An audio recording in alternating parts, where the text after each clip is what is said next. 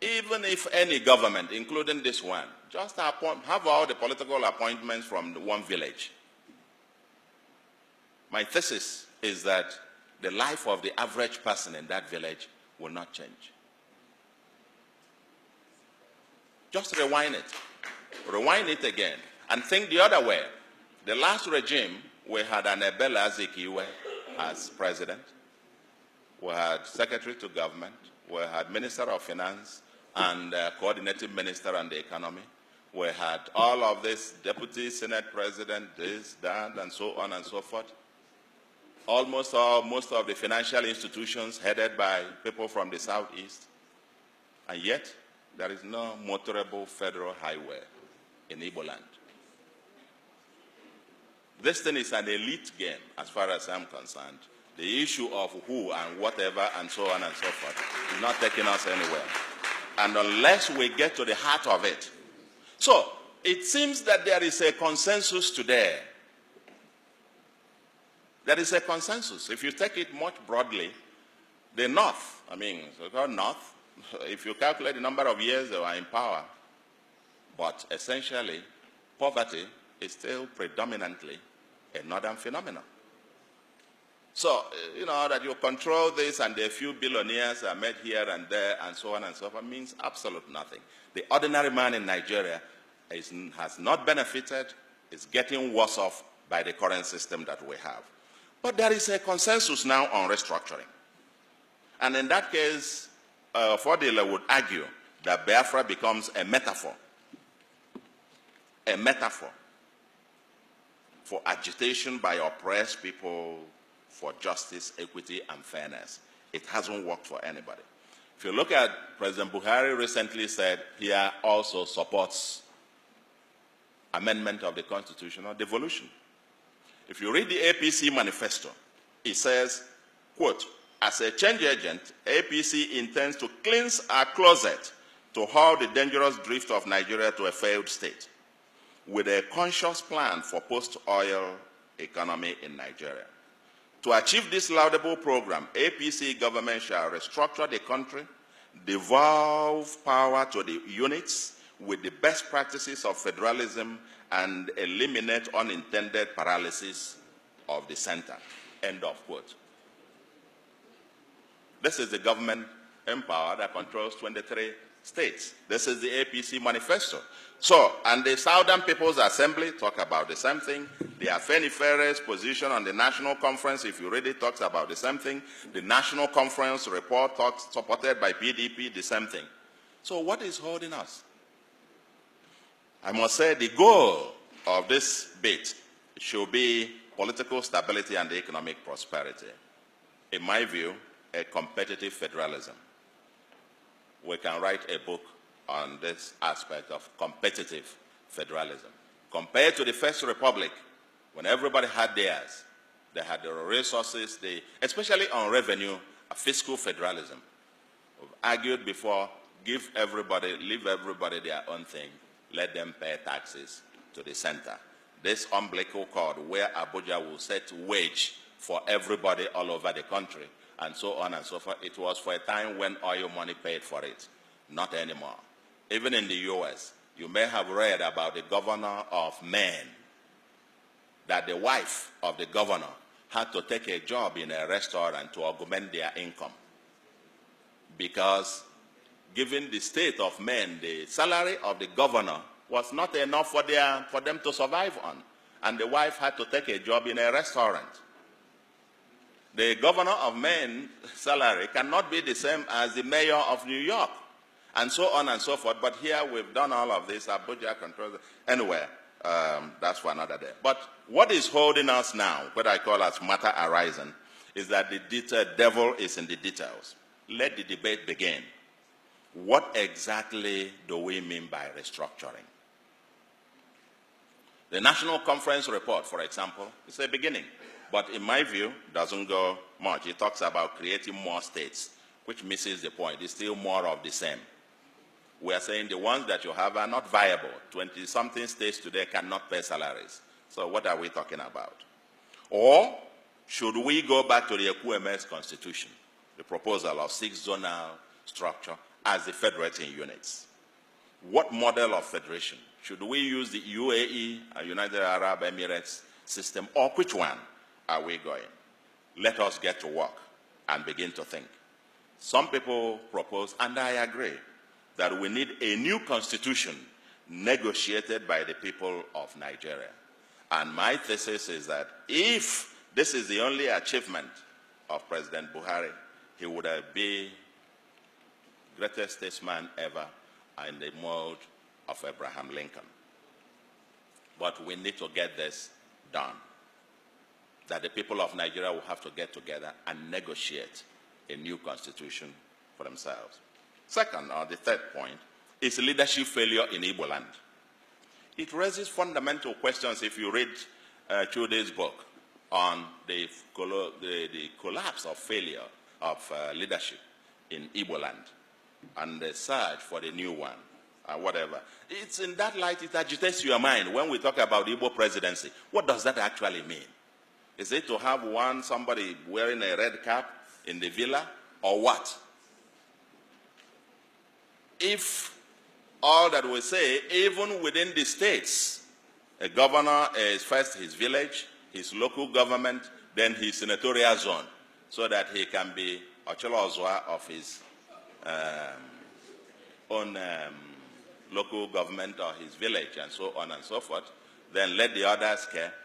Is that the kind of leadership we are talking about Nigeria, or in the new Biafra, as it were?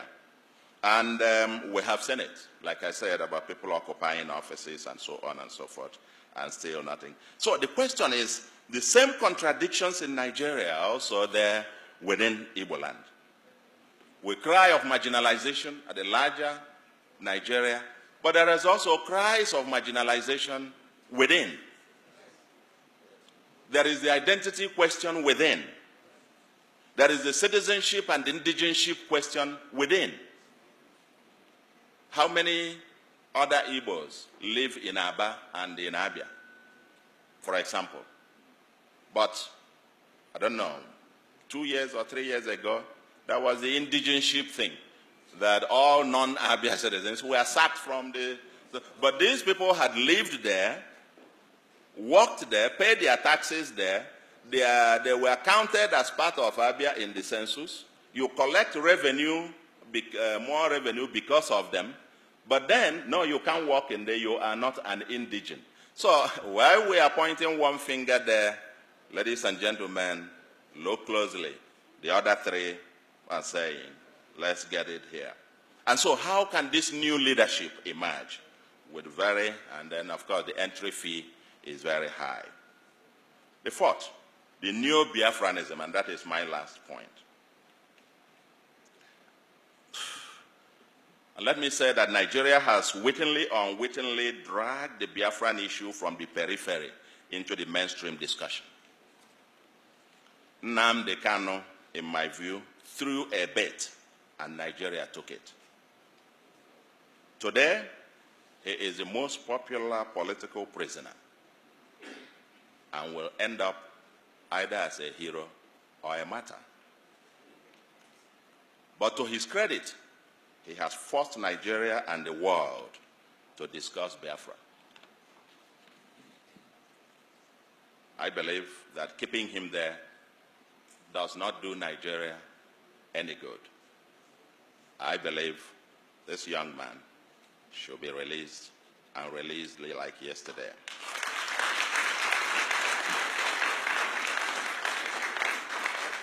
I will not be surprised if he becomes a subject of the next political campaigns.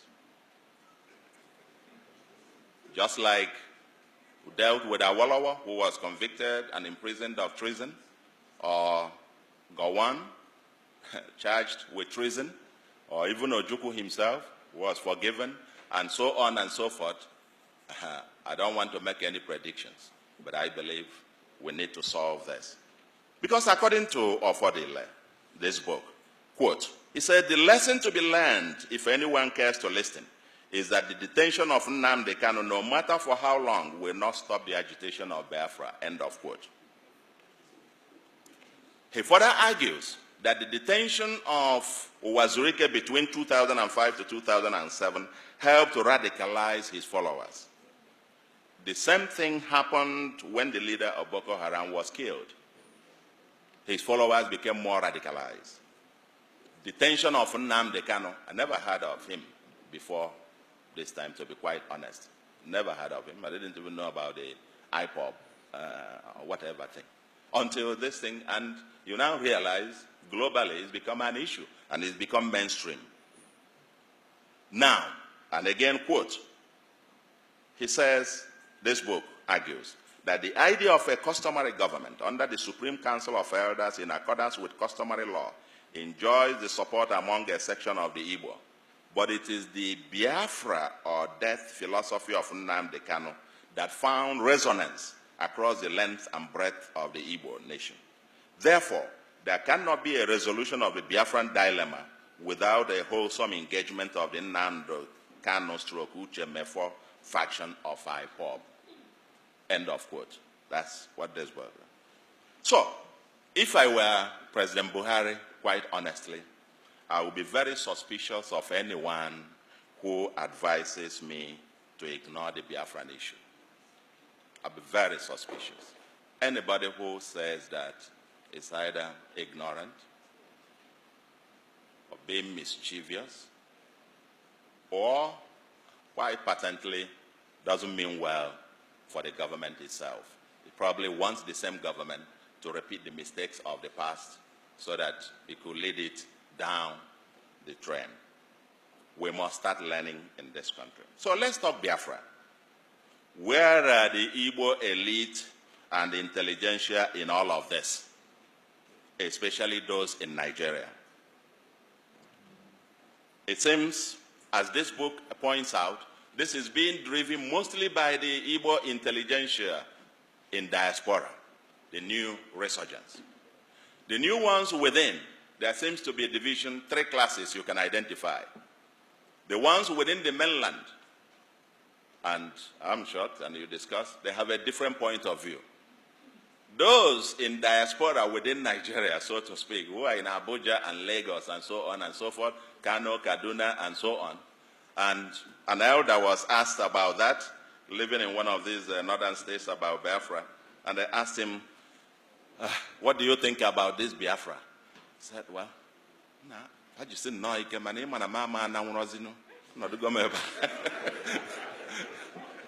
In other words, they should keep it up, but you know I can no longer go now. You see all the things I have here, I cannot carry them on my head.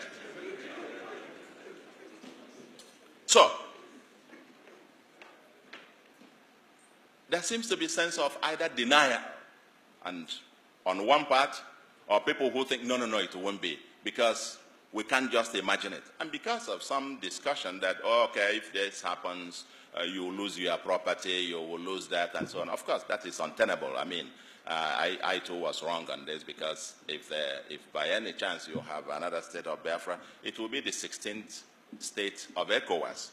And that means you have free movement of goods and persons. But the fundamental question, the fundamental issue is that this debate is not happening. This whole thing is being driven almost in a haphazard manner. Last week, they called for, was that last week? Yeah, last week. They called for a sit at home. And even without anybody getting out to more enforce and so on, I learned virtually Anambra and many other cities were completely shut down. It just tells you there is something going on. But, again, where is the elite in this? What is missing is structured debate and the apparent elite aloofness or complicity or hypocrisy. Elite in denial. For the politicians who think you can just, let's use them temporarily, let's use them. Just go on, while we can then use that to negotiate for something here. I can tell you, you will create a monster that will consume you. When that inferno comes, both us, everybody else, and the kind of thing that happened in Biafra where dissent, any dissent was considered a saboteur. Okay? You might get to a point where you will be telling them, just go on, while we can negotiate here, get something for ourselves in Abuja. I can tell you, these guys are no fools. At some point, they will look at you too and know that you're actually part of the problem. And so on and so forth. So, I say, let the debate must begin. The late Dr. Pius Okibo, in this book as well, presented what the memo by late Dr. Pius Okibo presented to the Biafran government on the economic viability of Biafra. Nobody is talking about what the currency will look like. How will you fare with international trade? What kind of constitution are you talking about? And Ofodile forcefully argues here that the Ahira Declaration of 1969 came too late. They had intelligentsia pushing for Biafra, but there was no organized structure. That if they had done what they did towards the end of the war at the beginning, Biafra would not have ended the way that it did. But what is shocking is people talk about this in their bedrooms and in their parlors. And then you come out and everybody is just, and so on. I'm sure it will not take long. So what I am calling is that we must, the elite, the intelligentsia, get out of the closet and let us, now that the issue, the president in New York made a point. He said there will be no referendum in Biafra.